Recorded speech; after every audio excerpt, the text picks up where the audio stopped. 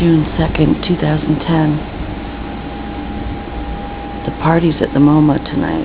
This is what I'm wearing. And I'm staying with artist Dean Treadway. He has a roommate. I don't want to disturb his roommate. It's a nice kitchen. It's a nice apartment. Nice old building in Midwood. He has beautiful cats. Hi, baby.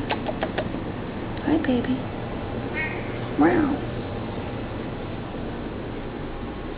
And I have a suite at the Sofitel tonight so that I can see some friends.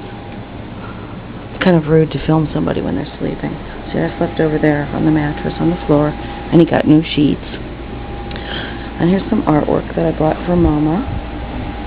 And here's my stuff.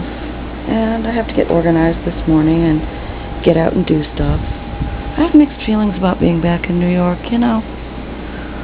It's okay. I don't really miss New York anymore. I like Paris. I like Paris just fine. Alright, see you later.